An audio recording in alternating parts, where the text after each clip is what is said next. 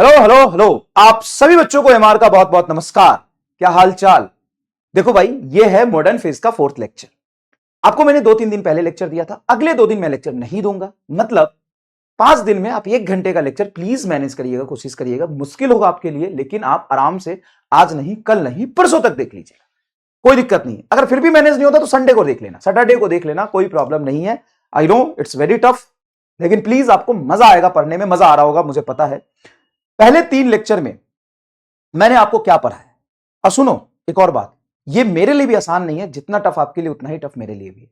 लक्ष्य का रिवीजन चल रहा है, अभी मैंने एसी का कल लेक्चर रिकॉर्ड करके दिया। पहले रे ऑप्टिक्स कराया, उसके बाद मैंने मॉडर्न कराऊंगा, उसके बाद उनको सेमीकंडक्टर कराऊंगा, रे ऑप्टिक्स कराऊंगा, वेव ऑप्टिक्स करा रहा हूँ, वो भी चल रहा है। मिशन 100 के लेक्चर चल रहा है, आपके लेक्चर चल रहा है। फिर टाइम निकाल के मैं कर रहा हूँ, क्योंकि बहुत ईजी नहीं है। मैं पुराना लेक्चर आपको नहीं दे रहा हूँ। ऐसा नहीं बोल सकते हो कि सर आप तो लेक्चर दे दिया अपना खत्म करने के लिए, हम कुछ को पेन हो रहा है। आपको पेन हो रहा है, आई नो, उतना ही पेन मुझे भी है, लेकिन मेहनत कर रहे हैं तो पढ़िए। ठीक है, अभी मत करिएगा, बाद में कर लीजिएगा। लेकिन 5 दिन में आपके लिए बहुत मुश्किल होगा, लेकिन फिर भी 1 घंटे का लेक्चर आप मैनेज कर सकते हैं आराम से। आज थोड़ा, कल थोड़ा, परसों थोड़ा देख लीजिएगा, ठीक है। चलिए, तो अभी तक मॉडर्न फिजिक्स के 3 लेक्चर में फोटोन पे बहुत बेसिक से मैंने फोटोन की प्रॉपर्टी, फोटोन का मास, फोटोन की एनर्जी, फोटोन का मोमेंटम, एनर्जी बराबर प्रियंका चौड़ा, फोटोन की फ्रीक्वेंसी, फोटोन का इंटेंसिटी, फोटोन का पावर, फोटोन के जेई के 20 पीवाई आपको कराया, रेडिएशन प्रेशर कराया, रिफ्लेक्शन कोएफिशिएंट के टर्म्स में कराया है, एब्जॉर्प्शन कोएफिशिएंट के टर्म्स में कराया। थीटा एंगल पे आता है तो कैसे प्रेशर लगता है, थीटा एंगल पे नॉर्मल से थीटा एंगल बना रहा है, पैरेलल प्लेन से थीटा एंगल बना रहा है तो क्या होगा, नीट के पीवाई कराया है। उसके बाद मैंने आपको इंटेंसिटी और नंबर के बीच में रिलेशन बताया, इंटेंसिटी और फ्रीक्वेंसी के टर्म्स में रिलेशन बताया। फ्रीक्वेंसी नंबर इंटेंसिटी पे डिपेंड नहीं करता, इंटेंसिटी फ्रीक्वेंसी पे डिपेंड करता है। एनर्जी वाला पिंक चौड़ा मूविंग मास क्या होता है, अगर फोटोन इलेक्ट्रोमैग्नेटिक रेडिएशन में जा रहा है तो डिवेट नहीं करेगा, लेकिन ग्रेविटेशन पे डिवेट करेगा, क्योंकि उसका मूविंग मास होता है। रेस्ट मास ऑफ फोटोन 0 होता है, चार्ज 0 होता है, वो इसलिए इलेक्ट्रोस्टैटिक फील्ड में डेविएट नहीं होता है। और रेडिएशन प्रेशर आई बाई सी होता है, अगर एब्जॉर्प्शन कोएफिशिएंट हो और रिफ्लेक्शन हो तो 2 आई बी सी होता है, और थीटा एंगल पे जाएगा तो I by C into cos square theta होता है। प्योर एब्जॉर्प्शन सरफेस में एब्जॉर्प्शन कोएफिशिएंट के टर्म्स में लिखते हैं तो आई बाई सी 1 प्लस रो होता है, और रिफ्लेक्शन कोएफिशिएंट के टर्म्स में लिखते हैं, सॉरी रिफ्लेक्शन कोएफिशिएंट के टर्म्स लिखते हैं तो आई बटा सी इंटू 1 प्लस रो होता है रिफ्लेक्शन कोएफिशिएंट के टर्म्स। एब्जॉर्प्शन कोएफिशिएंट के टर्म्स होता है आई बटा सी 1 minus 2 minus sigma absorption coefficient के टर्म्स में, वो आप वेरीफाई कर लीजिएगा। उसके बाद जेई मेन का आपको 20 पीआईक्यू भी कराया, इतना ज्यादा डिटेल में आपको सारी चीजें कराई है।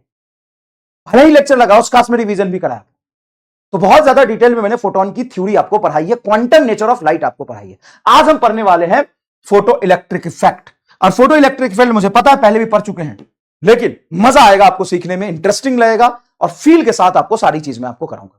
चलिए शुरू करते हैं। सबसे पहली बात, मेटल सरफेस के अगर मैं बारे में बात करूं, किसी मेटल की बात करूं, तो मेटल पे क्या large number of free electrons होते हैं? हाँ, रेस्ट में होता है कि चल रहा होता है? Sir moving with very high speed, 2 बार बताया, इलेक्ट्रोस्टैट में, करंट के पहले लेक्चर में, इलेक्ट्रोस्टैट के पहले लेक्चर में। जो कंडक्टर होता है उसके इलेक्ट्रॉन फ्री होते हैं और बहुत हाई स्पीड से चल रहे होते हैं, तो अपने आप मेटल सरफेस से कूद क्यों नहीं जाते? सर कूद जाते होंगे सर, इतनी तेज चल रहे होते हैं और फ्री भी है। अब कोई चीज फ्री है, जैसे घर में तू है, अब घर में तो फ्री है, ऐसा तो नहीं कि घर वाले डंडा लेके हमेशा मारते रहते हैं, घर में तो फ्री है। हाँ, तो कूद क्यों नहीं जाता है? तो क्यों कूदे, मतलब घर से चला क्यों नहीं जाता है घूमने फिरने हमेशा? अब तो फ्री है, लेकिन कभी जब मर्जी तब घर से चला जा सकता है क्या? चलिए इलेक्ट्रॉन के बारे में बात करते हैं। इलेक्ट्रॉन फ्री है तो क्या वो मेटल सरफेस से कूद सकता है क्या? कूद तो जाना चाहिए, तो बता क्यों नहीं कूदता? चलिए सवाल देख, metal have large number of free electrons as they are moving with very high speed, then why not escape from the metal surface? Metal surface को क्यों नहीं कूद जाता? स्क्रीन पॉज करके इसका जवाब लिख, क्यों नहीं कूद जाता? सर क्यों नहीं कूद जाता, आओ बताता हूं। अब मेटल के जो फ्री इलेक्ट्रॉन होते हैं वो बहुत हाई वेलोसिटी से चल रहे होते हैं। न्यूट्रल मेटल है, न्यूट्रल का मतलब है जितने पॉजिटिव चार्ज होंगे उतने ही इस पर निगेटिव चार्ज होंगे। समझ रहे हैं आप? देखिए कितने पॉजिटिव चार्ज, 1 2 3 4 5, कितने निगेटिव चार्ज है? 5। अब मान लो एक इलेक्ट्रॉन कूद गया, तो इस पर टोटल पॉजिटिव चार्ज कितने बचेंगे? सर 1 2 3 4 5 बचेंगे, और इलेक्ट्रॉन कितने बचेगा? सर इलेक्ट्रॉन तो 4 ही बचेगा। तो क्या इसका इलेक्ट्रॉन लूज करने से नेट चार्ज इस पर पॉजिटिव आ गया? हाँ, तो इलेक्ट्रोस्टैटिक अट्रैक्शन इस पर लग जाएगा क्या? इलेक्ट्रोस्टैटिक अट्रैक्शन लगेगा, जो इस पॉजिटिव चार्ज, देखो डिफिशियंसी ऑफ इलेक्ट्रॉन की वजह से क्या बन जाएगा? Positive charge. अब इस फ्री इलेक्ट्रॉन को वापस खींच लेगा। तो ऐसा नहीं है कि इलेक्ट्रॉन के पास इतनी एनर्जी है और फ्री भी है तो कूदता नहीं होगा, कूदता है, लेकिन इलेक्ट्रोस्टैटिक अट्रैक्शन से वापस लग जाता है। सर लेकिन हम चाहते हैं इसको फ्री कर दे, तो आप इसको बाहर निकालने के बाद इतनी एनर्जी दे दीजिए कि इलेक्ट्रोस्टैटिक अट्रैक्शन को ओवरकम करके फ्री हो जाए। अच्छा, तो एनर्जी देना पड़ेगा, फ्री होने के बावजूद भी एनर्जी देना पड़ता है, और उसी एनर्जी का नाम क्या है? Work function. उसी एनर्जी का नाम क्या है? Work function. तो सुनिए, minimum energy required, minimum energy required, energy required to eject electron from metal surface is called work function. अच्छा, ये भी कह सकते हो मेटल सरफेस निकालने के लिए एनर्जी चाहिए क्यों? To overcome electrostatic attraction is called work function. अच्छा, दुनिया के हर मेटल के लिए सेम ही एनर्जी रिक्वायर्ड होगा क्या इलेक्ट्रॉन को निकालने के लिए? नहीं, हर मेटल के लिए इलेक्ट्रॉन की बाउंडेशन इलेक्ट्रोस्टैटिक फोर्स लगाने की क्षमता अलग होती है। इसको हम फाई से रिप्रेजेंट करते हैं। अच्छा, इसको मेजर जूल में कर सकते हैं क्योंकि एनर्जी है। Work function minimum energy required, जो हम एनर्जी देते हैं इलेक्ट्रॉन को निकलने के लिए, तो इसको हम जूल में मेजर कर सकते हैं। हाँ, लेकिन प्रैक्टिकल इसको इलेक्ट्रॉन वोल्ट में हम लिखते हैं। इसका जो रेंज होता है जनरली मेटल के लिए, मतलब रेंज बता रहा हूं, रेंज 1 इलेक्ट्रॉन वोल्ट से 10 इलेक्ट्रॉन वोल्ट, 5-6 इलेक्ट्रॉन वोल्ट के रेंज में होता है ना, ऐसे रेंज होता है। 2 इलेक्ट्रॉन वोल्ट, 1.5 इलेक्ट्रॉन वोल्ट, 0.5 भी हो सकता है, अलग अलग मेटल पे डिपेंड करता है। स्ट्रिक्टली नहीं बोल रहा हूं, रेंज बोल रहा हूं। इसको इलेक्ट्रॉन वोल्ट में मेजर करते हैं। Depends on nature of metal. अलग अलग मेटल के लिए अलग अलग ये होता है, अलग अलग होता है। तो चलिए, इलेक्ट्रॉन को निकालने के लिए जो एनर्जी चाहिए उसको क्या कहते हैं सर? वर्क फंक्शन कहते हैं। वर्क फंक्शन किस पे डिपेंड करता है सर? मटेरियल के नेचर पे डिपेंड करता है। ओके, अब ये जो एनर्जी है वो कैसे देंगे? ऐसा तो नहीं है कि ले भैया ले एनर्जी ले निकल जा। एनर्जी देने का कुछ तरीका होगा। हाँ, अच्छा मान लो मैं तुमको घर से भगा के लेके जाना चाहता हूं। अब तुमको घर से भगाने के लिए ना, तुम्हारे घर में मान लो कोई नहीं है तो भी गार्ड तो बैठता ही है घर के बाहर, सोसाइटी के बाहर, या तुम्हारा छोटा भाई तो घर में रहता ही है, काम वाली बाई भी रहती है। अब मैं चुपके से तुमको भगाना चाहता हूँ, किसी को पता ना चले, तो मुझे सेट करना पड़ेगा गार्ड को 100 की पत्ती, तेरे घर वाले बाई को 100 की पत्ती, तेरे छोटे भाई को 100 की पत्ती, तो 300 का खर्चा है तुम्हें भगाने में। हाँ, उसी सिनारियो समझना कि इस इलेक्ट्रॉन को निकालने के लिए जो मिनिमम एनर्जी देनी पड़ती है उसको हम वर्क फंक्शन कहते हैं। अभी देंगे कैसे? 300 रुपए देंगे कैसे, या एनर्जी देंगे कैसे? तो एनर्जी देने का कुछ मेथड होता है, इसको लिखना जरूरी नहीं है, अब इसको इग्नोर कर सकते हैं, बस बताता हूं। तो minimum required energy can be supply from the following method. कुछ मेथड से दे सकते हैं, जैसे वो एनर्जी थर्मियोनिक इमिशन, नाम से पता चला थर्मल मतलब हीट से दे सकते हैं, तो बाई हीट कह सकते हो, by heat, by friction, friction से दे सकते हो। सर फ्रिक्शन से कैसे?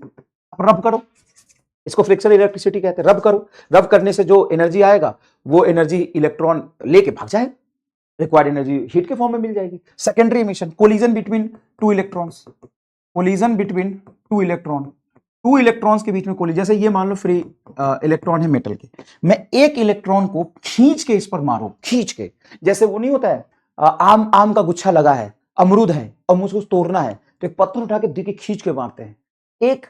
अच्छा मान लो पत्थर नहीं, आम का एक छोटा गोला है, आम का गुच्छा है, आम से आम टकराता है, वहां से टूट जाता है। ढेला मार मार के बहुत आम तोड़ा है मैंने, कितने लोगों ने तोड़ा है बताइए। अब इसको डिटेल में नहीं समझना है, तरीका है कोलिजन का, जिसको कहते हैं secondary field emission, by electric field. Sir by electric field माने, मान लो कि मैं यहां पे एक हेवी पॉजिटिव चार्ज प्लेट लगा दूं, तो ये प्लेट इस इलेक्ट्रॉन को अट्रैक्ट करके बाहर नहीं खींच लेगा। तो बाहर कैसे खींच लेगा? तो कोने पर लाएगा, इतना ज्यादा लगा दूं, इतना ज्यादा लगा दूं कि खींच ले, हो सकता है। इसको सेकेंडरी फील्ड इमिशन कहते हैं, इलेक्ट्रिक फील्ड से फील्ड इमिशन। जो इंपॉर्टेंट आपको पढ़ना है, photo electric effect. Photo electric effect किससे होता है? लाइट से। सर कैसे होता है? लाइट से। लाइट की जब हम लाइट को जब हम मेटल सरफेस पे फॉल कराते हैं, लाइट को जब हम मेटल सरफेस पे फॉल कराते हैं, तो वहां से लाइट अपनी एनर्जी इलेक्ट्रॉन को दे देता है और इलेक्ट्रॉन कूद के बाहर निकल जाता है। मतलब ejection of electron by the falling of light on the metal surface. देखो, ejection of electron from metal surface by light of sufficient energy, कोई भी लाइट नहीं, सफिशिएंट एनर्जी होना चाहिए, of sufficient energy, light of sufficient energy is called photoelectric effect। मतलब ejection of electron from metal surface by light is called photoelectric effect. ये एक ना PMT का सवाल है, सवाल सुनिएगा ध्यान से, कि फोटोइलेक्ट्रिक इफेक्ट में क्या होता है? कि साउंड एनर्जी इलेक्ट्रिकल एनर्जी में कन्वर्ट होता है, लाइट एनर्जी साउंड एनर्जी में कन्वर्ट होता है, इलेक्ट्रिकल एनर्जी लाइट एनर्जी में कन्वर्ट होता है, या लाइट एनर्जी इलेक्ट्रिकल एनर्जी में कन्वर्ट होता है। तो light energy, light is a form of energy, light energy metal surface पे फॉल करता है, तो वहां से इलेक्ट्रॉन निकलता है और इलेक्ट्रॉन का डायरेक्शनल मोशन होता है, तो इलेक्ट्रिकल एनर्जी हो गई। सोलर सेल में यही तो होता है, सोलर सेल में फोटो इलेक्ट्रिक इफेक्ट ही तो होता है भाई मेरे। Light energy converted into electrical energy in photo electric effect. Photo electric effect is example of, ऐसा समझिएगा, photo electric effect is a example of conversion of light energy into electrical energy. Photo electric effect is a conversion of light energy converted into electrical. इसमें light energy electrical energy में convert हो जाती है। मजा आया इसको समझने में। आइए अब समझते हैं कि फोटो इलेक्ट्रिक फील्ड की कंडीशन क्या होती है। कुछ ना कुछ तो कंडीशन होगी। तो फोटो इलेक्ट्रिक फील्ड की कंडीशन क्या होती है? Condition of photo electric effect मैंने बॉक्स में लिखा है कि लाइट की एनर्जी ज्यादा या जस्ट बराबर होना चाहिए वर्क फंक्शन के। भाई मेन काम क्या है कि लाइट की एनर्जी, जिस लाइट को हम फॉल करा रहे हैं, जिस मेटल सरफेस पे फॉल करा रहे हैं, उस मेटल सरफेस से इलेक्ट्रॉन को निकलने के लिए कुछ मिनिमम एनर्जी चाहिए। अपने आप तो इलेक्ट्रॉन नहीं निकलेगा। अब वो मिनिमम एनर्जी अगर लाइट जाके दे देता है तो निकल जाएगा। बताओ ये आपने पढ़ा होगा केमिस्ट्री में, बताओ सही है कि गलत? सर सही तो है, बताइए ना ये ट्रू है या फॉल्स है। चलिए मैं ऐसे ही आपसे पूछ रहा हूं कि आपको समझ में आया कि नहीं आया, इसके लिए पूछ रहा हूं। ट्रू है या फॉल्स है, जल्दी बताइए। स्क्रीन पॉज करिए और इसको एनालिसिस करके बताइए सही है गलत। सर लाइट की एनर्जी अगर वर्क फंक्शन से ज्यादा होगी तो फोटो इलेक्ट्रिक होगा, एकदम सही है सर जी। नहीं ये गलत है, और अगर आपने इसका जवाब ट्रू दिया है तो आप एमआर स्कैम में फंस चुके हैं। फॉल्स दिया तो एक कलम ऐड और ट्रू दिया है तो एक कलम माइनस कर लीजिए तुरंत से। ये एमआर स्कैम है। तो कैसे स्कैम है? ये तो कई किताबों में लिखा हुआ है गुरुजी, किताब में गलत लिखा हुआ है। देखो ऐसा है कि मान लो गार्ड है तुम्हारे घर पे बैठा हुआ, तो गार्ड को तो मिनिमम सेट करना पड़ेगा, गार्ड तो हमेशा बैठता है। मान लो मैं 100 रुपए मतलब 100 रुपए लेके गया, अब 100 रुपए में गार्ड सेट हो जाता है। 100 रुपए गार्ड को दिए, बोला कि ले जाओ इसको, कोई दिक्कत नहीं, मैं किसी को नहीं बताऊँ। मैं अंदर गया, अब अंदर बैठा गया तो देखा काम वाली बाई भी है, तो नहीं हो पाएगा। हाँ, जस्ट निकालने के लिए जो मिनिमम एनर्जी होता है वो है ये। अब मिनिमम एनर्जी के बराबर अगर आप लाइट की एनर्जी दिए तो इलेक्ट्रॉन निकले, जरूरी नहीं है। अब मान लो काम वाली बाई के साथ तुम्हारा छोटा भाई भी है, अब ये सबको सेट करना पड़ेगा। हाँ यार सर दिक्कत हो जाएगी। तो फिर सर जी, तो अगर मान लो मैं 100 ही रुपए लेके गया और काम वाली बाई अंदर मिल गई तो नहीं निकाल पाओगे। तो मिनिमम एनर्जी के बराबर एनर्जी हो जाए तो नहीं निकाल पाते, एटलीस्ट एनर्जी उससे ज्यादा ही होनी चाहिए, तभी वो बाहर निकल पाएगा। मतलब ऐसा है कि जितनी निकलने के लिए चाहिए उतनी दे दिया, लेकिन बाहर भागेगा तो स्पीड से भागेगा, कुछ काइनेटिक एनर्जी में भी तो एनर्जी खर्च होगा। हाँ, तो लाइट की एनर्जी वर्क फंक्शन से ज्यादा होनी चाहिए तभी निकलेगा। चलो अब ये बताओ सही है कि गलत? आपको यही तो समझा रहा हूं मैं। देन इलेक्ट्रॉन विल इजेक्ट, नहीं बराबर होने पे लिखने इलेक्ट्रॉन जरूरी नहीं है। देन इलेक्ट्रॉन विल इजेक्ट, चलिए बताइए ये स्टेटमेंट सही है कि नहीं? तो पहला वाला मैं स्कैम किया ताकि मैं आपको कंसेप्ट दूसरा वाला सिखा पाऊं। चलिए जल्दी बताइए, समझ में आया बेटा? हाँ सर, लाइट की एनर्जी ज्यादा होगा तभी तो निकलेगा, जस्ट बराबर में वो निकल ही जाए इसकी गारंटी नहीं है ना। थोड़ा ज्यादा होगा तभी तो निकलने के लिए एनर्जी भी चाहिए होता है। यस जल्दी बताइए, जल्दी जल्दी, come on come on come on. तो मैं बताऊं ये अभी भी गलत है। अगर आपने इसको ट्रू बोला तो एक कलम माइनस कर लीजिए, ये फॉल्स है एक कलम प्लस कर लीजिए। सर ये क्या था? यही तो कंसेप्ट है क्या, कि लाइट जो है वो कभी भी इलेक्ट्रॉन को बाहर नहीं निकालता है। लाइट कभी भी इलेक्ट्रॉन को निकालता ही नहीं है। क्यों? आपको मैंने बताया था कि जैसे ही लाइट इलेक्ट्रॉन को देखता है तो थोड़ा शर्माता है, कहता है मैं तुम्हारे लिए फोटोन हूं, सिर्फ मैं तुम्हारे लिए फोटोन बनती हूं, किसी और के लिए नहीं बनती हूं। तो लाइट तो है ही नहीं वहां पे असली रूप में। लाइट ना तो वेव के फॉर्म में ना तो रे के फॉर्म में, वो तो फोटोन बन जाएगा इलेक्ट्रॉन को देखेगा। तो मान लिए मेटल सरफेस है और मेटल सरफेस की वर्क फंक्शन 2 इलेक्ट्रॉन वोल्ट है। चल ठीक है, मेटल सरफेस की वर्क फंक्शन 2 इलेक्ट्रॉन वोल्ट है। यहां पे लाइट का रेडिएशन फॉल किया और लाइट की रेडिएशन की जो एनर्जी है, एनर्जी ऑफ लाइट बीम, वो है मान ले 10 इलेक्ट्रॉन वोल्ट। तो 10 इलेक्ट्रॉन वोल्ट तो सफिशियंट है गुरुजी। हाँ सफिशियंट है वैसे तो बताओ energy of light 10 electron volt था और वर्क फंक्शन 2 इलेक्ट्रॉन वोल्ट। तो बताओ यहां से फोटोन निकले, इलेक्ट्रॉन निकलेगा कि नहीं? नहीं। क्यों? क्योंकि लाइट पूरा का पूरा एक मतलब एक पार्टिकल नहीं है, इसमें नंबर ऑफ पार्टिकल्स है जिसको हम फोटोन कहते हैं। तो मान लो कि इसमें इस रेडिएशन में नंबर ऑफ फोटोन है, मान लीजिए एग्जांपल के लिए 20। तो अब आप लिखेंगे एनर्जी ऑफ ईच फोटोन। तो एनर्जी ऑफ ईच फोटोन होता है टोटल एनर्जी ऑफ लाइट बटा number of photon. Energy of light बोले 10 इलेक्ट्रॉन वोल्ट बटा 20, कट के कितना आएगा सर? 0.5 electron volt. यस, इसका क्या मतलब है? 1/2 मतलब 0.5 ना। इसका क्या मतलब? इसका मतलब यह है कि एक एक फोटोन की एनर्जी 0.5 है और इलेक्ट्रॉन को निकलने के लिए 2 इलेक्ट्रॉन वोल्ट की, इलेक्ट्रॉन को निकलने के लिए 2 इलेक्ट्रॉन वोल्ट की जरूरत है। तो इलेक्ट्रॉन को घर से बाहर निकालने के लिए 2 इलेक्ट्रॉन वोल्ट चाहिए, और एक फोटोन जो उसको निकालने आया है, यहां पे फोटोन जाके लाइट से इलेक्ट्रॉन से इंटरेक्ट करेगा, लाइट पूरा नहीं करेगा। लाइट होल एंड सोल बचा नहीं, उसकी क्वांटम नेचर आ गई। तो कई किताबों में, रामलाल टाइप किताबों में ये आपने पढ़ा होगा, लेकिन ये बड़ा सरासर गलत है। सही क्या बनेगा? सही ये बनेगा, energy of each photon must be greater than equal to work function. ये असली में स्टेटमेंट है। देन इलेक्ट्रॉन, तब यहां पे electron, then electron must eject, तब इलेक्ट्रॉन इजेक्ट होगा ही होगा। ये कंडीशन है। अब बताइए सही है कि गलत? अब समझ में आया। तुम यहां पर देखो ना, कंसेप्ट सीखो ना भाई। अगर लाइट बीम आया और इलेक्ट्रॉन से इंटरेक्ट किया तो पूरा लाइट बीम इंटरेक्ट करेगा कि इलेक्ट्रॉन इंटरेक्ट करेगा? Sir electron. सर ऐसा नहीं होता कि 2 इलेक्ट्रॉन मिल जाए, सर 4 इलेक्ट्रॉन मिल जाए? नहीं, 4 इलेक्ट्रॉन एक साथ, सॉरी 4 फोटोन मिल जाए। हर फोटोन की एनर्जी कितनी है? 0.5। निकलने के लिए कितना चाहिए? तो 4 फोटोन मिलके एक इलेक्ट्रॉन को नहीं निकालता, नहीं।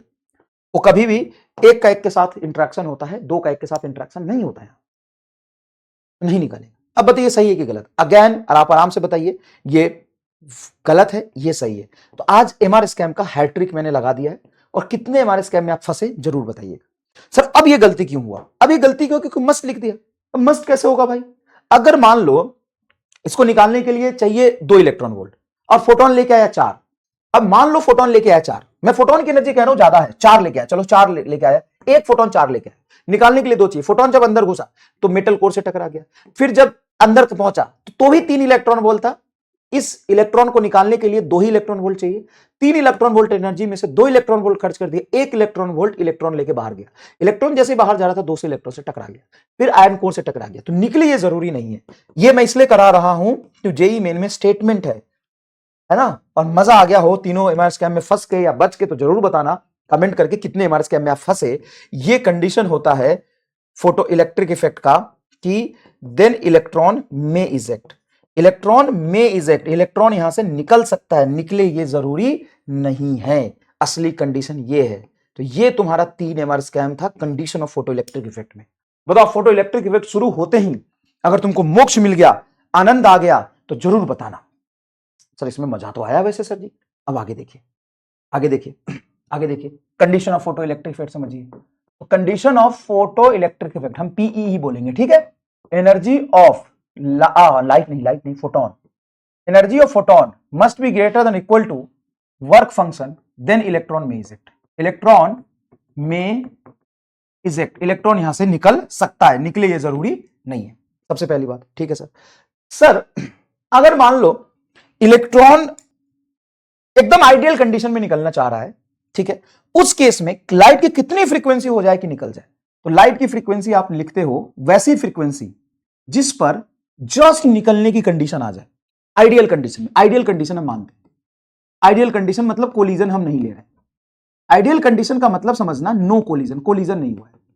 उस केस में मान लो फोटोन की एनर्जी हमने लिखा HF, फोटोन की एनर्जी, यह तुम्हारा फोटोन की एनर्जी, और वो एनर्जी है जिस एनर्जी पे जस्ट वर्क फंक्शन के बराबर हुआ है, जस्ट वर्क फंक्शन के बराबर। इसको हम कह सकते हैं थ्रेशोल्ड फ्रीक्वेंसी। तो थ्रेशोल्ड फ्रीक्वेंसी कितना होता है? थ्रेशोल्ड फ्रीक्वेंसी होता है F not, H into F not बराबर वर्क फंक्शन।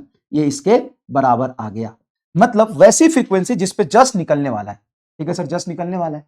अब यहां पे मैं energy of light, energy of light, light के टर्म्स में अगर मैं कंपेयर करूं, is equal to and greater than HF naught, मतलब वर्क फंक्शन को मैं क्या लिख सकता हूं?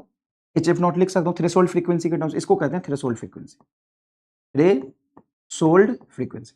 अगर फोटोन की वो क्रिटिकल फ्रीक्वेंसी जिस पर फोटोन की एनर्जी वर्क फंक्शन के बराबर आ जाए, उसको हम कहते हैं थ्रेशोल्ड फ्रीक्वेंसी। फोटोन की वो फ्रीक्वेंसी जिस पर इसकी फोटोन की एनर्जी वर्क फंक्शन के बराबर आ जाए, उसको हम कहते हैं थ्रेशोल्ड फ्रीक्वेंसी। फोटोन की वो फ्रीक्वेंसी जिस पर फोटोन की एनर्जी वर्क फंक्शन के बराबर आ जाए, उसको हम कहते हैं थ्रेशोल्ड फ्रीक्वेंसी। चलो थ्रेशोल्ड फ्रीक्वेंसी मैंने HF नॉट लिखा। अब अगर मैं लाइट के किसी भी लाइट की फ्रीक्वेंसी से कंपेयर करता हूं, तो H into frequency of light beam is greater than equal to HF naught. H से H कट जाएगा, तो frequency of light threshold frequency से बड़ा होना चाहिए, बराबर होना चाहिए, देन इलेक्ट्रॉन में इजेक्ट। मस्त तो मैं बोलूंगा ही नहीं, देन इलेक्ट्रॉन में इजेक्ट। बताओ ये समझ में आया? देखो मैं क्या कह रहा हूं, मैं बस इतना कह रहा हूं, ये तुम्हारा एनर्जी ऑफ फोटोन और वर्क फंक्शन के बीच में रिलेशन आ गया, इलेक्ट्रॉन में इजेक्ट, ठीक है। आइडियल कंडीशन नो कोलिजन में मानो, तो जिस कंडीशन पे, जिस मिनिमम एनर्जी पे इलेक्ट्रॉन बाहर निकल जाएगा, उस एनर्जी को हम वर्क फंक्शन कहते हैं। उसी मिनिमम एनर्जी को अगर मैं एनर्जी ऑफ फोटोन से कंपेयर करूं, तो उस केस में जो एनर्जी ऑफ फोटोन आएगी, उस पर जो फ्रीक्वेंसी, उसको थ्रेशोल्ड फ्रीक्वेंसी कहते हैं। तो HF नॉट बराबर फाई नॉट, HF नॉट बराबर फाई, ये थ्रेशोल्ड फ्रीक्वेंसी डिफाइंड हो गया। हाँ सर, थ्रेशोल्ड फ्रीक्वेंसी डिफाइंड हो गया। अब मान लो थ्रेशोल्ड फ्रीक्वेंसी से लाइट की फ्रीक्वेंसी ज्यादा है, तो ऑब्वियस सी बात है लाइट की एनर्जी ज्यादा होगी। तो अगर लाइट की फ्रीक्वेंसी थ्रेशोल्ड फ्रीक्वेंसी ज्यादा या बराबर है, तो इलेक्ट्रॉन में इजेक्ट। अब यही पे मैं कंडीशन या इसी को रखो, frequency of light is greater than equal to threshold frequency. Frequency of light को क्या मैं c बटा वेवलेंथ ऑफ लाइट लिख सकता हूं? हाँ सर लिख सकते हैं। इसको मैं लिख सकता हूं c बटा थ्रेशोल्ड वेवलेंथ, बटा f नॉट होगा c by lambda naught, c से c कट गया, लेमडा नॉट यहां चला जाएगा, तो lambda naught is greater than और equal to lambda of light. अब यहां से तुमको क्या समझ में आया? सर ये क्या समझ में आया? देखो लाइट की वेवलेंथ थ्रेशोल्ड वेवलेंथ से कम होनी चाहिए। क्रिटिकल वेवलेंथ को हम कहते हैं थ्रेशोल्ड वेवलेंथ, या इसको आप कह सकते हैं क्रिटिकल वेवलेंथ, या इसको कह सकते हैं क्रिटिकल वेवलेंथ। वो वेवलेंथ जिस पर लाइट की, वो वेवलेंथ जिस पर जस्ट इलेक्ट्रॉन निकल रही है, उससे अगर ज्यादा वेवलेंथ रखोगे ना लाइट की वो वेवलेंथ जिस पर जस्ट इलेक्ट्रॉन निकल रही है, अगर दूसरे लाइट की उतनी वेवलेंथ से ज्यादा वेवलेंथ रखोगे तो वेवलेंथ बढ़ने पे एनर्जी घट जाती है, तो इलेक्ट्रॉन नहीं निकलेगा। तो लाइट की वेवलेंथ थ्रेशोल्ड वेवलेंथ से कम होनी चाहिए। अभी तक इससे सवाल नहीं आया, लेकिन मुझे लगता है इससे सवाल तो यार पूछना चाहिए एक बार। क्यों पूछना चाहिए एक बार इससे सवाल? इसलिए पूछना चाहिए सवाल कि कितना इंटरेस्टिंग कंडीशन हो गया कि energy of photon work function से बड़ा होना चाहिए या बराबर होना चाहिए, तब इलेक्ट्रॉन में इजेक्ट। फ्रीक्वेंसी थ्रेशोल्ड फ्रीक्वेंसी से लाइट की फ्रीक्वेंसी या फोटोन की फ्रीक्वेंसी, जो लाइट की फ्रीक्वेंसी होगी वही फोटोन की फ्रीक्वेंसी होगी।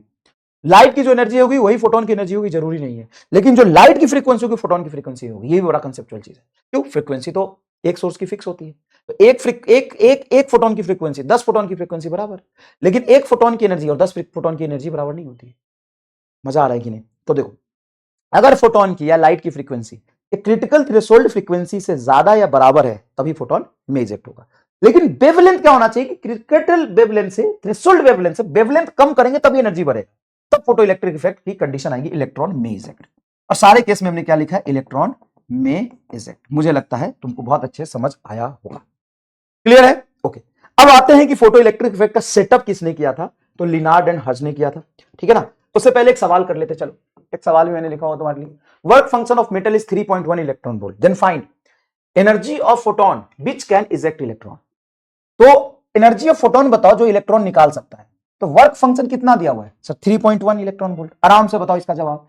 तो energy of photon must be greater और इक्वल टू 3.1 इलेक्ट्रॉन वोल्ट। मतलब इस फोटोन की एनर्जी अगर 3.1 इलेक्ट्रॉन वोल्ट से ज्यादा है तभी यहां पे इलेक्ट्रॉन में इजेक्ट होगा। मस्ट का तो कोई जवाब ही नहीं दे सकता, मस्ट तो कोई बोल ही नहीं सकता, क्योंकि निकलने के बाद जैसे मान लो कि ऐसे सिनारियो समझो कि वर्क फंक्शन है, जैसे 3.1 दिया ना, मैं 3.1 ले लेता हूं, एग्जांपल ले लेता हूं। Work function of the metal is 3.1, work function of the metal is 3.1, मतलब इतनी मिनिमम एनर्जी निकालने के लिए। मान लो एक फोटोन आया और एक ही फोटोन की एनर्जी थी 5.1 इलेक्ट्रॉन वोल्ट, तो इलेक्ट्रॉन निकलेगा कि नहीं? अब बोलोगे निकल सकता है। 5.1 इलेक्ट्रॉन वोल्ट एनर्जी लेके आया, इसको निकलने के लिए 3.1 चाहिए, तो 3.1 वो खर्च कर देता निकलने में 3.1 खर्च हो गया और मिला था 5, तो बचा हुआ कितना है सर? 2 electron volt. अब 2 इलेक्ट्रॉन वोल्ट बाहर लेके निकला, एक इलेक्ट्रॉन से टकराया और एनर्जी कोलिजन में लॉस कर दी। कितना? 1 इलेक्ट्रॉन वोल्ट। तो बचा हुआ तो भी एक निकला, दूसरे इलेक्ट्रॉन से लॉस कर दिया। फिर बाहर निकला, आयरन कोर से टकरा गया तो 0 एनर्जी हो गई, तो बाहर नहीं निकलेगा। और आइडियल कंडीशन अगर लेते हो, कोई कोलिजन नहीं होता है, तब 2 electron volt energy kinetic energy के फॉर्म में लेके बाहर निकल जाएगा। तो सर तो फिर तो ये है तो कोई कंसेप्ट ही डिफाइन नहीं होगा। हाँ नहीं होता कोई कंसेप्ट डिफाइन, यहां पे कोई पर्टिकुलर एनर्जीज की होती नहीं है, इतनी भी लॉस हो सकती है। जैसे मान लो कि तुमको घर से निकालने के लिए मुझे गार्ड को 100 रुपए देने हैं, मैं 500 रुपए लेके गया एकदम चौड़े में कि आज तो तुमको भगा के लाऊंगा। गार्ड को 100 रुपए देने से वो मान जाता है मैं तुमको भगा के ला सकता हूं। मैं तुम्हारे घर गया एकदम 500 की पत्ती लेके करारा, गार्ड को दिया 100 रुपए, 400 लेके अंदर गया, आज तो तुमको भगा के ले जाऊंगा, बहुत पैसे है मेरे पास। मैं तुम्हारे घर आया, देखा कि तुम्हारी बाई काम वाली है, उसको 100 रुपए पकड़ा दिया, अरे बहुत पैसा है, तू भी 100 पकड़। जैसे ही बाहर निकला, छोटा भाई तुम्हारा मेमी आया, अरे भैया कहाँ जा रहा है, मैं पप्पा को बता दूंगा। मैं ले रहा है, तू भी 100 रुपए पकड़, चॉकलेट खाना, 300 रुपए खर्च हो गया। निकालने के लिए 100 ही चाहिए थे गार्ड को, वही कंडीशन है, क्योंकि काम वाली भाई हमेशा घर में थोड़ी ना होता है, भाई तुम्हारा हमेशा घर में थोड़ी ना होता है। ये क्या है? अनएक्सपेक्टेड इवेंट है। तो निकालने के लिए मिनिमम एनर्जी चाहिए, वो गार्ड को सेट करना। तो गार्ड को 100 रुपए देने थे बस, और कोई दिक्कत नहीं है। अब मैंने गार्ड को 100 रुपए दिए, तो भी मेरे पास 400 थे, मैं घर आया तेरे और तुमको 400 दिया, बोला भागा, तू जैसे ही भागा तेरा भाई पकड़ लिया, उसको 100 रुपए दिए, तुमने काम वाले भाई को 100 रुपए दिए, तो 300 खर्च हो गए, 200 बचे। जैसे ही बाहर निकला, पड़ोस वाला ताऊ जी देख लिया, अरे भाई मिक्कू कहाँ जा रहे रे? तुमने बोला अरे यार तो ताऊ जी को बोला, ताऊ जी कुछ नहीं, आप चाय नहीं पिए ताऊ जी आज? अरे खाई नहीं खाइए ताऊ जी, 100 रुपए उनको दे दिए, आप ऐस करिए, अब किसी को बताइएगा नहीं। अब 100 रुपए लेके बाहर निकले, जैसे तुम बाहर आया तो देखा कि पड़ोस वाली काम वाली बाई पूछ रहा है, अरे तुम कहां जा रहे हो, कहां जा रहे हो। उस काम वाली बाई को भी 100 रुपए देना पड़ेगा। जैसे गेट पे पहुंचा, गार्ड चेंज हो चुका था, गार्ड रोका, कहां जा रहे हो, तुम्हारे मम्मी पापा ने बोला नहीं जाने दूंगा। अब जिसको 100 रुपए दिए तो था ही नहीं, गार्ड भी चेंज हो गया। कुल 500 खर्च करके भी मुंह बैगन जैसे बना के घर में वापस आ जाओगे, तुम बाहर नहीं निकल पाए। तो देखो, एक तो होती है मिनिमम रिक्वायरमेंट, उसके बाद होते हैं अनएक्सपेक्टेड इवेंट्स। तो अनएक्सपेक्टेड इवेंट कुछ भी हो सकता है। अगर तुम आइडियल केस मानो तो भाई मैंने तुमको 500 रुपए दिए, 100 रुपए तू गार्ड को सेट करके बाहर आ गया 400 लेके, ये आइडियल इवेंट है। तो यहां भी वही होता है, फोटोन की एनर्जी 5.1 है और उसको निकलने के लिए कितनी खर्च करनी पड़ेगी, 3.1। तो 3.1 खर्च कर दिया, अब बचा हुआ कोई अनएक्सपेक्टेड इवेंट ना हो तो बाहर आ सकता है। तो इसका मतलब इलेक्ट्रॉन अगर बाहर आ भी गया तो उसकी एनर्जी कितनी होगी इसकी तो कोई गारंटी नहीं है। कितना अनएक्सपेक्टेड इवेंट उसको मिला होगा, नहीं भी मिल सकता। हाँ, इसलिए कहते हैं फोटो इलेक्ट्रिक इफेक्ट में जो बाहर इलेक्ट्रॉन निकलता है वो हर इलेक्ट्रॉन की एनर्जी अलग अलग होती है, सेम नहीं हो सकती। क्योंकि किसको निकलने में कितनी कठिनाई और हुई है उसका नहीं पता। वर्क फंक्शन तो एक मिनिमम कठिनाई है, उसके बाद किसको कितना अनएक्सपेक्टेड इवेंट सामना करना पड़ सकता है। तो एकदम फील आया कि नहीं आया, प्लीज, इतना अच्छा समझाया तुम्हें। तो यहां पे फोटोन की एनर्जी अगर 3.1 इलेक्ट्रॉन वोल्ट ज्यादा होगी, जैसे 5 3 होगी तो नहीं निकलेगा। अगर फोटोन की एनर्जी 3.1 इलेक्ट्रॉन वोल्ट से कम है तो इलेक्ट्रॉन नेवर इजेक्ट, मतलब इलेक्ट्रॉन मस्ट नॉट इजेक्ट। तो मस्ट लिख सकते हो, मतलब निकल ही नहीं सकता। अरे गार्ड को देने के 100 रुपए तुम्हारे पास नहीं है, गार्ड 100 रुपए मानता तो कैसे निकलोगे। अब थ्रेशोल्ड वेवलेंथ क्या होगा, तो देखो ई बराबर तूने क्या पढ़ा है सर, एनर्जी ऑफ लाइट होती है 12400 बटा लेमडा इन एंगस्ट्रम इलेक्ट्रॉन वोल्ट। हाँ, तो अब यहां पे तुम्हारा एनर्जी कम से कम इसके बराबर तो होना चाहिए। फोटोन की एनर्जी कम से कम वर्क फंक्शन के बराबर होना चाहिए। तो फोटोन की एनर्जी जस्ट वर्क फंक्शन के बराबर रख दो, ई के बराबर रख दो। ई कितना है 3.1 इलेक्ट्रॉन वोल्ट बराबर 12400 बटा लेमडा इन एंगस्ट्रम। ये इलेक्ट्रॉन वोल्ट कट गया, लेमडा यहां आ गया, तो 12400 बटा 3.1 कट के आ जाता है ये 4000। तो 4000 एंगस्ट्रम के बराबर अगर आपका वेवलेंथ है या इससे कम है तो ये जो वेवलेंथ लाइट का होना चाहिए, ये तो तुमने लेमडा नॉट निकाल दिया थ्रेशोल्ड वेवलेंथ के कंपेयर में करके, तो 4000 एंगस्ट्रम से लाइट की वेवलेंथ कम, 4000 वेवलेंथ से लाइट की वेवलेंथ कम या बराबर होगी तभी इलेक्ट्रॉन निकल पाए। उसी तरीके से एनर्जी को तुम एचएफ करके यहां पे निकाल दो, एनर्जी कितनी होनी चाहिए 3.1 इलेक्ट्रॉन वोल्ट, तो फ्रीक्वेंसी निकाल दो 3.1 इलेक्ट्रॉन वोल्ट बटा एच की वैल्यू रख दो 6.6 into 10 to the power minus 34। यहां से हर्ट्ज में फ्रीक्वेंसी निकाल, इलेक्ट्रॉन वोल्ट का यूनिट चेंज कर देना। ठीक है, तो ये कहानी है, थोड़ा समझ में आया। नेक्स्ट देखो फोटो इलेक्ट्रिक। तो फोटो इलेक्ट्रिक इफेक्ट सबसे पहले बार डिस्कवर्ड किसने किया, तो फोटो इलेक्ट्रिक इफेक्ट सबसे पहली बार डिस्कवर्ड किया था फिलिप्स लिनार्ड एंड हर्ट्ज ने। ये लगभग 1887 में इसको डिस्कवर किया था। लेकिन 1887 में डिस्कवर करने के बावजूद भी इसको समझ नहीं पा रहे थे कि क्या डिस्कवर हो गया मेरे से, क्योंकि इसके आउटकम उनके इतने सरप्राइजिंग थे कि उनको समझ ही नहीं आ रहा था कि इसको हम बाहरी दुनिया वालों को बताएं कैसे। क्या था वही हम समझेंगे। तो याद रखिएगा, अगर पूछा गलती से भी इसको डिस्कवर किसने किया था, कब किया था, तो 1887 में। लेकिन 1887 से लेकर के 1920 तक, लगभग 30 सालों तक ये अनएक्सप्लेन रहा। ठीक है, 1905 में नहीं, कई लोग सोचते हैं 1905 में आइंस्टाइन ने दिया था। आइंस्टाइन ने 1905 में अपनी थ्योरी ऑफ रिलेटिविटी की पेपर पब्लिश करी थी, मास एनर्जी रिलेशन समझाया था, टाइम डायलेशन समझाया था, ये नहीं समझाया था। ठीक है, तो एक्सप्लेन करा था उन्होंने 1920 में, और 1921 में पहली बार उनको नोबेल प्राइज मिला था इससे। अब समझिए इसमें क्या होता है। इसमें होता क्या है कि एक वैक्यूम ट्यूब लिया, ये वैक्यूम ट्यूब है, ये क्या लिया हमने, वैक्यूम ट्यूब। ठीक है सर, वैक्यूम ट्यूब लिया, यहां पे हम कैथोड प्लेट लेते हैं, यहां पे एनोड प्लेट लेते हैं। कैथोड मतलब इलेक्ट्रॉन रिच प्लेट, इसमें एक्सेस ऑफ इलेक्ट्रॉन है। यहां से लाइट का रेडिएशन फॉल किया, मतलब नंबर ऑफ फोटोन फॉल किया। अब नंबर ऑफ फोटोन बहुत सारे फॉल किए, और हर फोटोन की एनर्जी अगर इसके वर्क फंक्शन से बड़ा होगा तो इलेक्ट्रॉन में इजेक्ट, तो इलेक्ट्रॉन इजेक्ट हो सकता है। क्या ये कहानी समझ में आई? तो मान लो यहां पे 500 फोटोन गिरे और यहां से 100 इलेक्ट्रॉन निकले। तो 100 ही क्यों निकला? अबे सारा निकाल पाएगा इंटरेक्ट करके, जरूरी थोड़ी ना। मान ले 100 इलेक्ट्रॉन निकले, तो सबसे पहली बात सवाल आती है कि 100 इलेक्ट्रॉन अगर निकले, क्योंकि फोटोन की एनर्जी वर्क फंक्शन से ज्यादा थी, 100 इलेक्ट्रॉन निकले, तो 100 के 100 इलेक्ट्रॉन की एनर्जी सेम होगी कि डिफरेंट होगी, बताओ।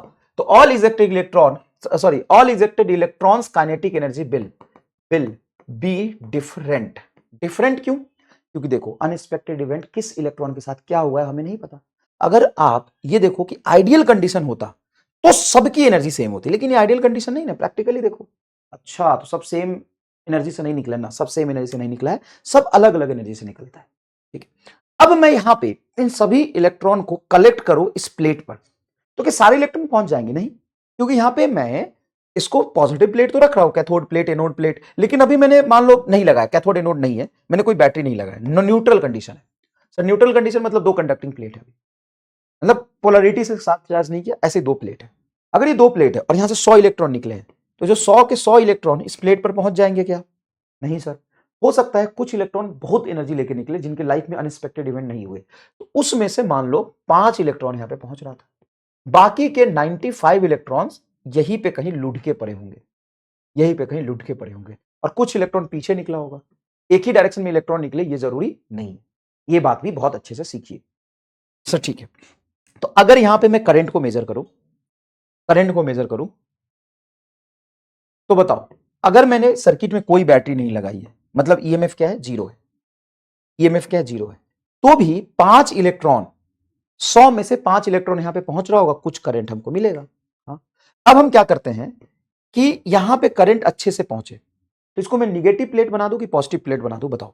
सर करंट अच्छे से फ्लो करे सर्किट में तो इलेक्ट्रॉन को कलेक्ट करे, इलेक्ट्रॉन को कौन अट्रैक्ट करता है? पॉजिटिव। अगर तुम ऐसे प्लेट बना दोगे ना, ऐसे, तो निगेटिव टर्मिनल यहां जोड़ दोगे तो ये निगेटिव निगेटिव को रिपेल कर देगा। तो हम क्या करते हैं, बैटरी इसमें ऐसे लगाते हैं। अब एक्सटर्नल बैटरी मैंने सर्किट में क्यों लगाया है? क्योंकि 100 इलेक्ट्रॉन जब गिर रहा था, 100 इलेक्ट्रॉन में से 5 तो अपने आप पहुंच रहा था, मुझे अब 10-20 सबको कलेक्ट करना है, तो बैटरी लगाना पड़ेगा। इसको हम एनोड बनाते हैं, ये वैक्यूम ट्यूब रहता है, इसको हम एनोड प्लेट बनाते हैं और इसको हम कैथोड प्लेट बनाते हैं। तो इसको देखो मैंने निगेटिवली चार्ज प्लेट बना दी, इसको पॉजिटिव बना दिया, तो अट्रैक्ट करने लगा। अब मान लो 10 वोल्ट की मैंने बैटरी लगाई, तो अब 10 वोल्ट की बैटरी से पॉजिटिव प्लेट बन गया, पॉजिटिव इस निगेटिव को क्या करेगा? अट्रैक्ट करेगा। तो मान लो 10 से वो 20 अट्रैक्ट करने लग गया, तो करंट थोड़ी सी बढ़ जाएगी सर्किट में, तो एमीटर की रीडिंग ज्यादा होगा। मान लो 10 वोल्ट से मैं और बढ़ा दिया, 20 वोल्ट कर दिया, तो और इलेक्ट्रॉन आएगा, मान लो 40 पहुंच गए। फिर मैंने 30 वोल्ट कर दिया, तो और इलेक्ट्रॉन बढ़ने लगे, देखो और इलेक्ट्रॉन बढ़ गए। मान लो मैंने 50 वोल्ट कर दिया, तो मान लो 70 इलेक्ट्रॉन आ गए। मैंने 60 वोल्ट कर दिया, तो 80 इलेक्ट्रॉन आ गए, देखो 80 इलेक्ट्रॉन आ गए। फिर मैंने 70 वोल्ट कर दिया, फिर 90 इलेक्ट्रॉन आ गए। फिर मैंने 80 वोल्ट कर दिया, मान लो 100 के 100 इलेक्ट्रॉन पहुंच गए। अब मैं इसका पोटेंशियल बढ़ाता जाऊं, क्या करंट और बढ़ेगा? नहीं। तो एक टाइम के बाद जितने इलेक्ट्रॉन निकल रहे थे, देखो लाइट के फॉल करने से इलेक्ट्रॉन निकला, जितने इलेक्ट्रॉन निकल रहे थे सबको मैंने कलेक्ट कर लिया। इस करंट को अब मैं और आगे मैक्सिमाइज नहीं कर सकता, चाहे आप बैटरी की ईएमएफ कितना भी बढ़ा ले, ये करंट सेचुरेट कर जाएगा, इसलिए हम इसको कहते हैं सेचुरेशन करंट। अच्छा हाँ सर, इसको इसीलिए तो हमने सुना है सेचुरेशन करंट कहते हैं इसको। हाँ सर, ये है maximum current that can flow. Sir लेकिन मान लो लाइट की इंटेंसिटी बढ़ा देंगे, नंबर ऑफ फोटोन ज्यादा गिरेगा, तब नंबर ऑफ इलेक्ट्रॉन गिरेगा, तो इसको मैं फिक्स कर दिया ना, अब सिर्फ ईएमएफ को वेरी कर रहा हूं, इसको मैंने फिक्स कर दिया, तो 100 इलेक्ट्रॉन मान लो निकल रहा था। अब मैं बैटरी की पोटेंशियल बढ़ा बढ़ा के इलेक्ट्रॉन अट्रैक्ट कर रहा हूं। सर एक मिनट, एक बात बताओ सर, बैटरी को उल्टा लगा दोगे तो पोलरिटी उल्टी कर दी। अब पोलरिटी उल्टी कर दी तो -5 वोल्ट मतलब ये निगेटिव इस इलेक्ट्रॉन को रिपेल करना शुरू कर देगा। अब जो 5 इलेक्ट्रॉन यहां पे पहुंच रहा था, सबकी एनर्जी तो सेम थी नहीं, सबकी थोड़ी बहुत ज्यादा कम रही होगी, क्योंकि एनर्जी सबकी डिफरेंट होती है। तो रोकने के लिए मान लो मैंने उल्टी बैटरी लगाई, तो इस पोटेंशियल पे मान लो एक इलेक्ट्रॉन रुक गया तो भी 4 पहुंच रहा था, थोड़ा और निगेटिव में पोलरिटी करा दो तो 3 रुक गया, थोड़ा और निगेटिव में पोलरिटी करा दो तो 2 रुक गया, मतलब सॉरी 4 रुक गया, और निगेटिव में पोलरिटी कर दी तो 5 के 5 इलेक्ट्रॉन रुक गया। तो जिस पोटेंशियल पे, और ये पोटेंशियल क्या है? रिवर्स्ड पोटेंशियल, मतलब यहां पे मैं उल्टा लगा दिया। जिस पोटेंशियल पे सारे इलेक्ट्रॉन रुक गए, या ये कह सकते हो जिस पोटेंशियल पे जो सबसे तेजी में आने वाला इलेक्ट्रॉन था, जिसके लाइफ में कोई भी अनएक्सपेक्टेड इवेंट नहीं था, मैक्सिमम एनर्जी लेके आया था। भाई मान लो 500 इलेक्ट्रॉन वोल्ट फोटोन की एनर्जी है, 500 इलेक्ट्रॉन फोटोन की, और इलेक्ट्रॉन को निकलने के लिए 100 इलेक्ट्रॉन वोल्ट चाहिए। तो 500 फोटोन ने दिया, इलेक्ट्रॉन ने 100 खर्च कर दिए, बचा हुआ 400 बचा। 400 लेके जो निकला उसके पास मैक्सिमम एनर्जी रही होगी, बाकी के पास हो सकती है कि 300 हो, 250 हो, 150 हो, 50 हो, 0 हो। तो जो सबसे ज्यादा एनर्जी से आ रहा था, सबसे ज्यादा काइनेटिक एनर्जी से आ रहा था, उसको भी मैंने एक स्टॉपिंग पोटेंशियल पे रोक दिया। तो इसको बोलते हैं stopping potential. Stopping potential at which current becomes zero, hence electron of maximum kinetic energy also not able to reach at anode plate। इस पर मैक्सिमम काइनेटिक एनर्जी के साथ जो आ रहा था उसको भी मैंने रोक लिया। तो उसको रोक लिया तो उसकी काइनेटिक एनर्जी गई कहां? तो इलेक्ट्रोस्टैट में आपने पढ़ा था, जो वो एनर्जी लेके आ रहा था, उल्टा पोटेंशियल लगा दिया हमने, उसकी सारी काइनेटिक एनर्जी पोटेंशियल में कन्वर्ट हो गई। कितने पोटेंशियल में? V नॉट में। तो आप बोलेंगे कि मैक्सिमम काइनेटिक एनर्जी के साथ जो इलेक्ट्रॉन आ रहा था उसको मैंने पोटेंशियल एनर्जी में कन्वर्ट कर दिया और रोक दिया। तो के मैक्स और स्टॉपिंग पोटेंशियल में ये रिलेशन होता है, स्टॉपिंग पोटेंशियल में ये रिलेशन होता है। ठीक है, तो यहां पे 2 ही 3 बात बताई अभी, condition of photo electric effect, ठीक है, वो तो समझ आ गया सर जी।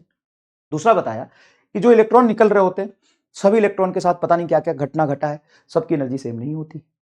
अब मान लो 100 में से 0 पोटेंशियल में 5 इलेक्ट्रॉन पहुंच रहा था, पोटेंशियल बढ़ा के इलेक्ट्रॉन को अट्रैक्ट करने में मैंने मदद करी प्लेट को, तो जैसे जैसे पोटेंशियल बढ़ाया करंट बढ़ा।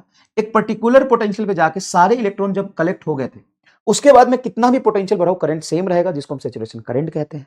अपोजिट पोलरिटी लगा के मैं इलेक्ट्रॉन को रोकने लग गया, जिस पोटेंशियल पे इलेक्ट्रॉन रुक जाता है उसको हम स्टॉपिंग पोटेंशियल कहते हैं। ठीक है, ओके। अब इसमें 2-3 आउटकम जो मुझे रिजल्ट मिले उसको थोड़ा सा डिस्कस करते हैं। पहला रिजल्ट ये मिला कि जैसे ही फोटोन गिरा उसी इंस्टेंट पे इंस्टेंटेनियसली इलेक्ट्रॉन निकला। मतलब photo electric effect is an instantaneous process.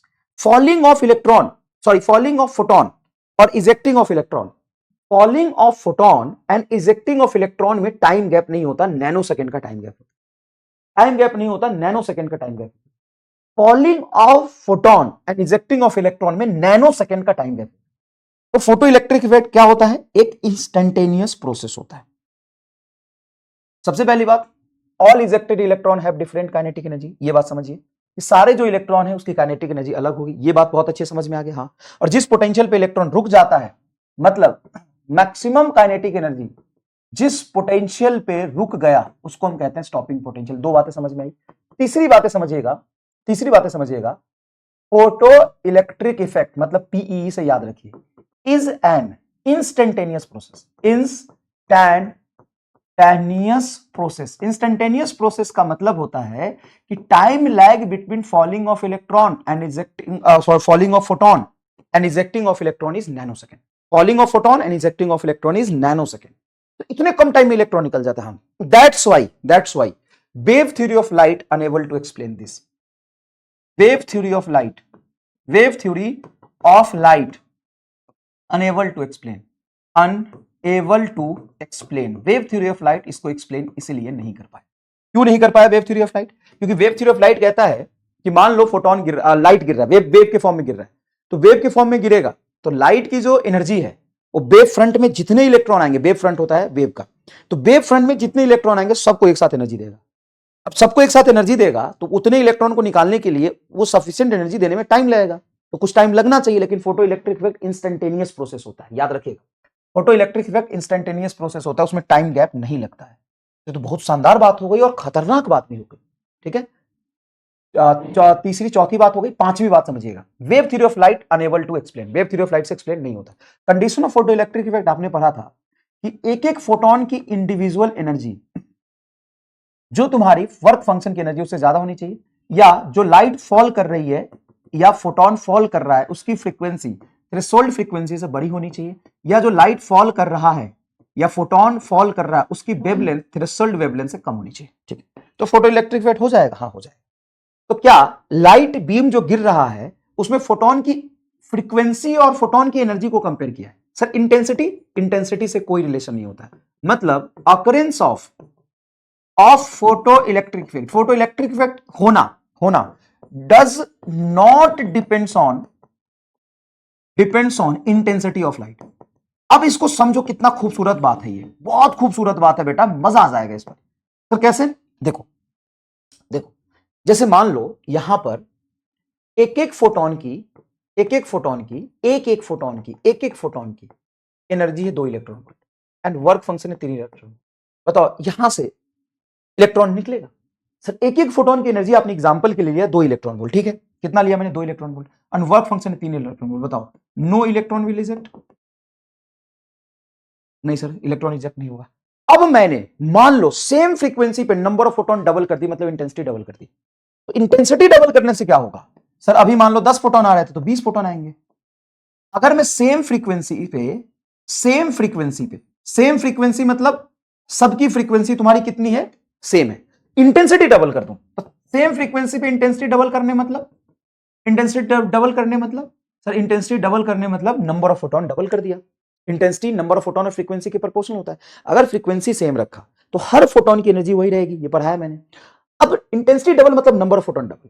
अब मान लो एक एक फोटोन यहां पे 2 इलेक्ट्रॉन वोल्ट है। अब यहां पे 100 फोटोन गिरे या 200 फोटोन गिरे या 400 फोटोन गिरे, हर फोटोन की एनर्जी तो 2 इलेक्ट्रॉन वोल्ट इसके वर्क फंक्शन से कम ही रही। तो कितनी भी इंटेंसिटी यहां पे बढ़ा लोगे, फोटो इलेक्ट्रिक होगा ही नहीं। यही तो सबसे सरप्राइजिंग था, चीज था, जो फिर से वेव थ्योरी एक्सप्लेन नहीं कर पाया। आराम से समझो, मैं समझाता हूं। If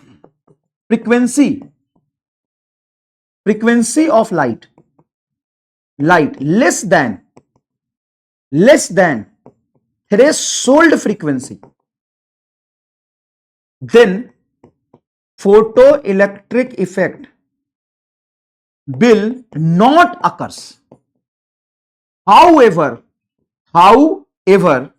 the high intensity is, चाहे तुम कितनी भी इंटेंसिटी कर लो, फोटो इलेक्ट्रिक इफेक्ट नहीं होगा, तो नहीं होगा, फोटो इलेक्ट्रिक इफेक्ट हो ही नहीं सकता जब तक। इसीलिए ये आपको समझ में आए बेटा, इसीलिए मैंने ये कंडीशन आपको पढ़ाया, सिखाया कि देखो फोटो इलेक्ट्रिक इफेक्ट होना लाइट की एनर्जी पे डिपेंड ही नहीं करती। देखो ना, ये गलत है, ये भी गलत है। फोटोन की एनर्जी ज्यादा होनी चाहिए। अब फोटोन की एनर्जी अगर कम है, अब साला 50 फोटोन गिरा लो, कुछ नहीं होगा। अगर फोटोन की एनर्जी कम है, 500 फोटोन गिरा लो, कुछ नहीं होगा, क्योंकि फोटोन इलेक्ट्रॉन को निकालता है। बताओ, 4 5 6, सातवां पॉइंट समझना, सातवां पॉइंट समझना। Efficiency of photo electric effect is very low. तो मतलब efficiency of photo electric effect is very low. अब इसका मतलब समझो क्या होता है। Efficiency of photo electric effect is very low मतलब इसकी इफिशियंसी बहुत कम होती है, मतलब 0.1% या 2% या पॉइंट बहुत कम होती है। सर मतलब समझाओ, इसका मतलब समझाता हूं, परसेंटेज लिखा है। मतलब इफिशियंसी मतलब आउटपुट बाय इनपुट। अच्छा बताओ, यहां पे आउटपुट क्या है? Sir output number of electron कितना निकल गया, और इनपुट क्या है? इनपुट नंबर ऑफ फोटोन कितना गिरा, वही तो हमारा इनपुट होगा। इनपुट क्या होता है? नंबर ऑफ फोटोन कितना गिरा, फोटोन से ही तो इलेक्ट्रॉन निकल रहा है। हाँ, अगर मैं इसकी इफिशियंसी को 0.1 लिखता हूं, तो रखो यहां पे 0.1 मतलब 1/1000। नहीं समझ में आया, देख भाई 0.1, तो 0.1 को लिखेगा 1/10, परसेंटेज रखो तो 1/100। अब मान लो तुम एक इलेक्ट्रॉन निकालना चाहते हो, तो कितने फोटोन चाहिए? तो नंबर ऑफ फोटोन, भाई इक्वेशन समझो, मैं एक इलेक्ट्रॉन निकालने के लिए कितने फोटोन गिराऊंगा। तो इफिशियंसी तुम्हारा हो गया 0.1%, तो मतलब 1/100। Number of electron 1, number of photon, यहां से नंबर ऑफ फोटोन तुम निकालोगे, तो नंबर ऑफ फोटोन तुम्हारा कुछ सॉल्व करके आएगा, ये 10⁻³ इधर जाएगा, 1 × 10⁻³ मतलब 1000। तो 1000 जब फोटोन गिरता है तब जाके एक इलेक्ट्रॉन निकलता है। 2000 फोटोन गिरेगा तो 2 इलेक्ट्रॉन निकलेगा, 3000 फोटोन गिरेगा तो 3 इलेक्ट्रॉन निकलेगा। तो इसकी इफिशियंसी इसलिए हम कहते हैं बहुत स्लो होती है, बहुत लो इफिशियंसी पे काम करता है। और नेक्स्ट बात, फोटो इलेक्ट्रिक इफेक्ट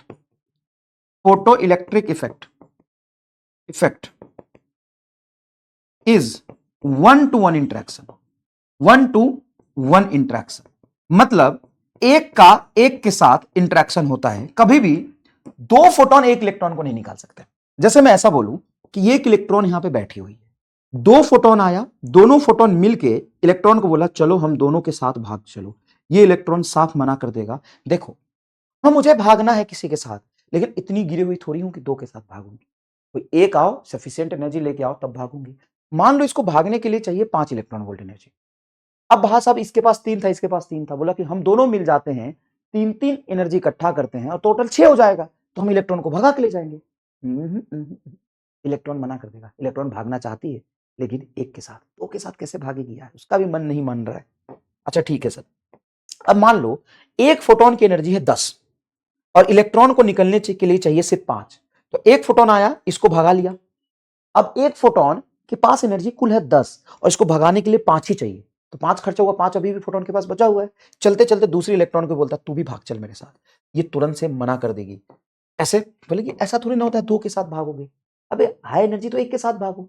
तो हमेशा 1-to-1 इंटरेक्शन होता है, कभी भी एक फोटोन 2 इलेक्ट्रॉन निकाल ही नहीं सकता। एक फोटोन 2 इलेक्ट्रॉन का इजेक्शन नहीं कर सकता। अब आपके मन में आएगा डाउट, क्या डाउट आया बताओ? नहीं कर सकता, क्या डाउट आया बताओ? सर हमारे मन में डाउट आया कि ये दोनों कंट्राडिक्टरी बात हो गई। एक तो तरफ तो आप ये कह रहे हो कि एक इलेक्ट्रॉन को निकालने के लिए 1000 फोटोन लगते हैं तब जाके एक इलेक्ट्रॉन निकलता है, और आप कह रहे हो कि एक फोटोन दो इलेक्ट्रॉन को निकाल ही नहीं सकता। आप कह रहे हो कि दो फोटोन मिलकर एक इलेक्ट्रॉन निकालता ही नहीं, 1-to-1 इंटरेक्शन होता है, मामला एक का एक के साथ चलता है। तो फिर से तो भारी गलती हो गई। हाँ बात तो सही है तेरी, भारी गलती हो गई। अब यहां पे तुमको कंफ्यूजन हुआ कि नहीं? सबको होता है, सबको होता है, लेकिन उसका मैं सॉल्यूशन आपको बताता हूं। तो प्रॉब्लम यहां पे ये भी सही है और ये भी सही है, प्रॉब्लम इन दोनों कंसेप्ट में नहीं है, दोनों सही है। ये आइंस्टाइन ने एक्सप्लेन किया हुआ है और ये एक्सपेरिमेंटल रिजल्ट है, एक्सपेरिमेंटल रिजल्ट, और ये आइंस्टाइन की थ्योरी है कि यहां पे इंटरेक्शन एक और एक का होता है। जैसे तुम कंफ्यूज थे वैसे 30 साल तक लोग कंफ्यूज रहे, कोई एक्सप्लेन नहीं कर पा रहा था। अब यहां पे मैं एक्सप्लेन करता हूं इसकी पूरी कहानी को। देखो देखो, जो वो पढ़ते हो तुम ह्यूमन रिप्रोडक्शन, उस पे भी मतलब करोड़ों और लाखों और अरबों स्पर्म जाते हैं, तब न एक ही का तो एक के साथ इंटरेक्शन हो पाता है। बाकी 9,90,999 कहां चले जाते हैं?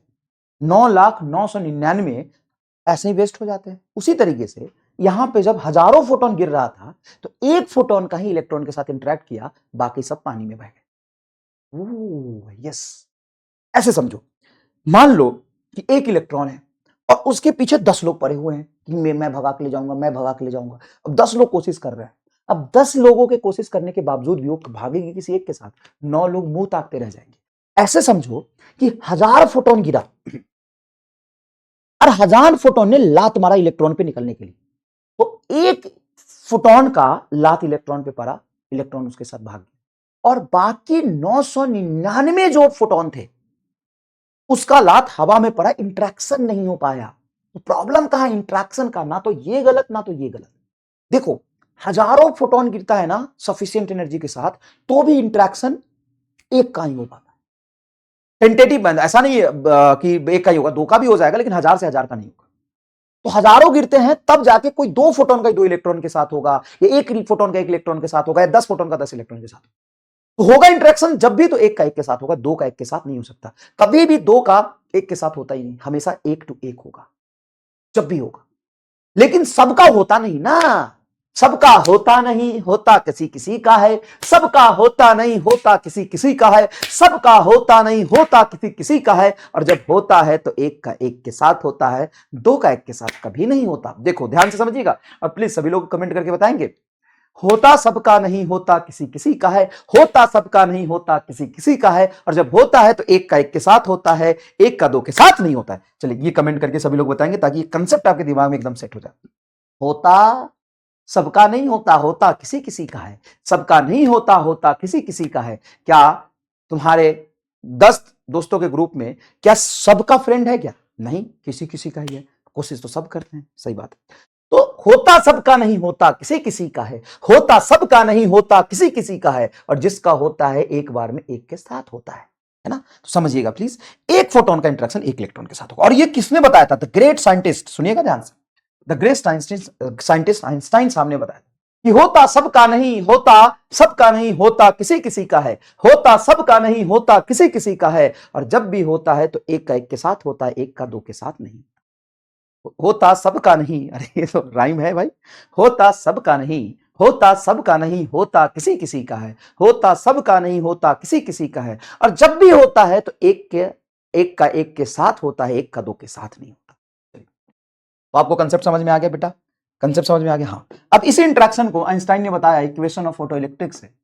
Equation of photo electric effect. उन्होंने बताया कि एनर्जी ऑफ फोटोन बराबर work function plus kinetic energy of electron. अब ये इक्वेशन ही गलत है। से क्या बात कर रहा हूं? हाँ, ये इक्वेशन आपने पढ़ा है? यहां पे स्कैम कराने वाला था, लेकिन समय की भारी कमी है। बताओ कितने लोग सोच रहे हैं कि मैं गलत कर रहा हूं? तो आप स्कैम में फंस चुके हैं। और इसमें गलत क्या है खुद बताओ सोच के। ये हमारा स्कैम है, ये गलत है। क्यों गलत है?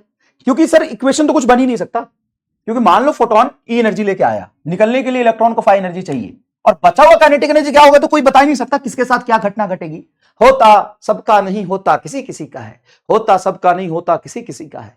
और जब भी होता एक का एक के साथ होता है, हो एक का दो के साथ नहीं होता। लेकिन जब एक का एक के साथ हो जाता है उसके बाद और क्या क्या घटना घटता है कोई नहीं बता सकता। और क्या क्या घटना घटता है कोई नहीं बता सकता कि मम्मी से मार खाया, पिताजी से मार खाया, कहां कहां पीटा, कोई नहीं बता सकता। तो ये नहीं लिख सकता। आप क्या लिख सकते हैं, आप इक्वेशन एक ही कंडीशन में बना सकते हैं कि एनर्जी ऑफ फोटोन बराबर 5 प्लस के मैक्स, आइडियल कंडीशन लेके। ये आइडियल कंडीशन में आपने बनाया, आइडियल कंडीशन में आपने बनाया, सिर्फ और सिर्फ आइडियल कंडीशन में। ये नो कोलिजन मानोगे तभी होगा। तो सर इसका मतलब ये बताओ कि maximum kinetic energy of electron जो होगा energy of photon minus work function आएगा। हाँ, और minimum kinetic energy of electron 0 होता है क्योंकि सारा लॉस कर सकता है। तो अगर इलेक्ट्रॉन निकल रहा है तो मिनिमम से के मैक्स में उसके पास एनर्जी कुछ भी हो सकती है। तो एनर्जी ऑफ इलेक्ट्रॉन कल को तुमसे पूछे एनर्जी ऑफ इजेक्टेड इलेक्ट्रॉन, तो एनर्जी ऑफ इजेक्टेड इलेक्ट्रॉन आप बोलेंगे 0 टू के मैक्स, और 0 टू के मैक्स की वैल्यू होगी एनर्जी ऑफ फोटोन माइनस 5।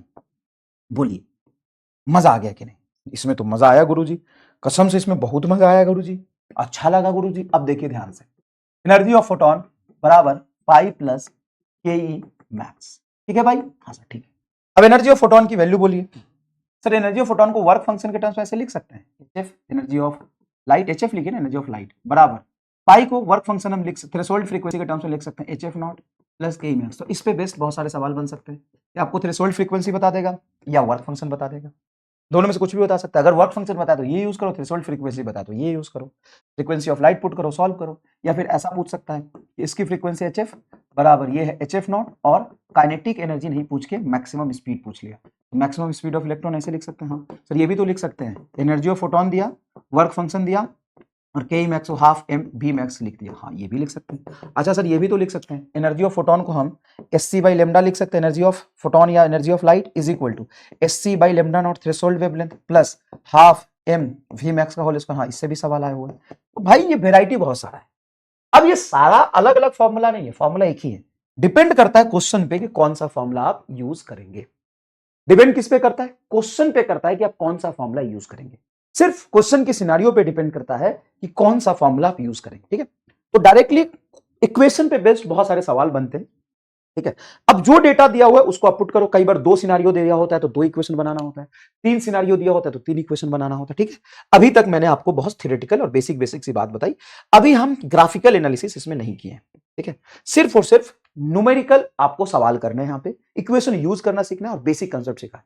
अगली क्लास में मैं इस तरीके से आपको पढ़ाऊंगा कि जहां पे भी आपको कंफ्यूजन होता होगा ना, ये ग्राफ कैसा बना, ये ग्राफ गलत क्यों है, ये ग्राफ सही क्यों है, आपको मैं बता रहा हूं ऐसा कभी नहीं पढ़ा होगा। इस तरीके से मैं समझाऊंगा, सवाल ग्राफ देख के सही आंसर वो खुद बताएगा, तुमको नो कंफ्यूजन के साथ पढ़ाओ, ठीक है? अभी मैंने सिर्फ इक्वेशन बताया, टाइम हो गया इसलिए मैं छोड़ रहा हूं। ऐसे सवाल आप कर लेना। Work function of the caesium, potassium and sodium are इतना, तो 3 मटेरियल का वर्क फंक्शन हमको दिया हुआ है, ठीक है?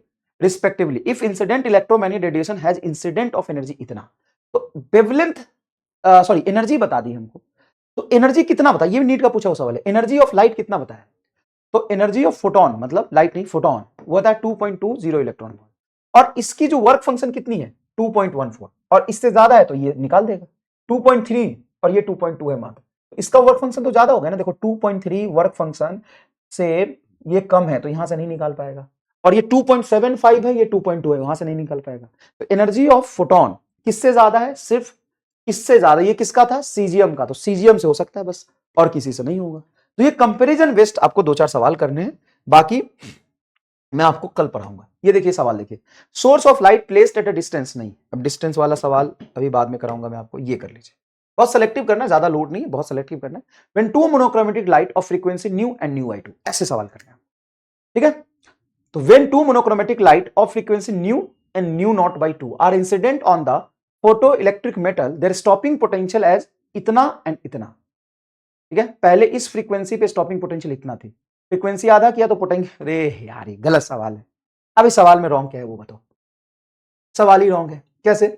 अगर तुम फ्रीक्वेंसी बढ़ाओगे, सॉरी फ्रीक्वेंसी कम करोगे तो फोटोन की एनर्जी कम होगी, अगर फोटोन की एनर्जी कम होगी तो इलेक्ट्रॉन को कम दे पाएगा, इलेक्ट्रॉन को कम दे पाएगा तो उसको रोकने के लिए कम ही एनर्जी चाहिए होगी ना, स्टॉपिंग पोटेंशियल आ गया। सवाल ही रॉन्ग है।